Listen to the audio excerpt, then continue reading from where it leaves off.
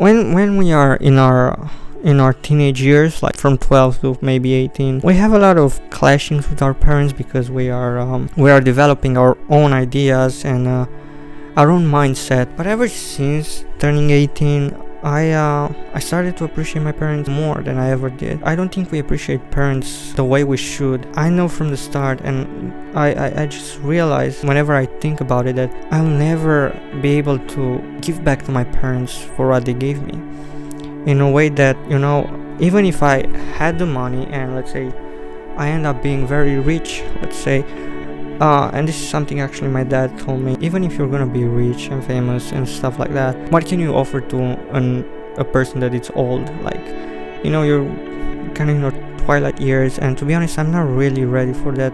I'm thinking that, my parents are closing in their 50s.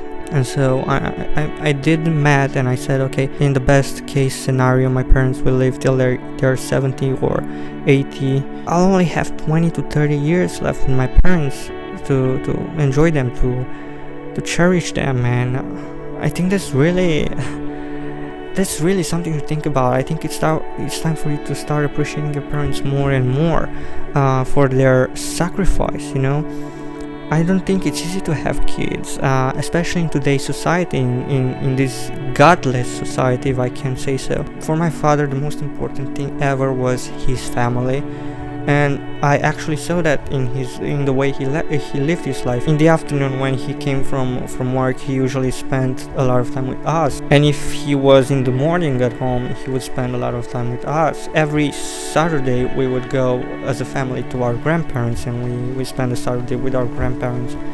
And I'm very grateful, for a father that actually spent a lot of time with me and my sister. My dad is an IT guy, but if tomorrow IT is going to die, let's say, there's some catastrophe coming, and there will be no jobs in IT, let's say, my father will do just fine because he knows agriculture. He picked up a lot of skills. He knows how to take care of animals. He knows a bit of carpentry, and he knows a lot of stuff. Like this is like something I really respect about Generation X. They've learned like a lot of stuff. Generation Z should be more grateful for their parents. They are not perfect people. Just remember, they were probably just like me and you when they started a family. They were probably basically kids, and I really think in the idea that nobody is ready for marriage until it comes. And you can have all the money, you can have all the riches and still not be ready for marriage if you're not mature in the mind. I don't say it loosely. Like, I probably have only like 10 to 12 people that I really respect and I really look up to, and number one and number two are my mom and my dad. If I ever turn half the person they are, I'll do just fine. I think I saw somebody speaking about it, is that the parents, and especially your father, is the only person that wants you to be better than him, to do better than him and to succeed in life more than he did. If you think about it, in my worst moments, the only person that really cared about me are my parents and my sisters. They accepted me with my flaws. They accept me even though I'm an imbecile most of the time. Put some respect on your parents' name and treat them nicely. And I know that we have our differences. My dad actually dreams of me to become an IT guy, and I hate IT. I'm into photography and videography.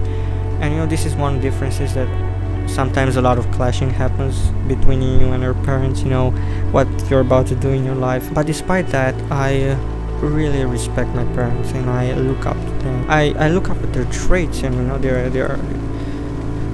they are people that have been through what we've been, most of it, not everything, because every generation has its problems and they face different circumstances a lot of the time, different fights. But anyways, I think the purpose of this video is to respect your parents and to try to make them proud. I'll see you next time.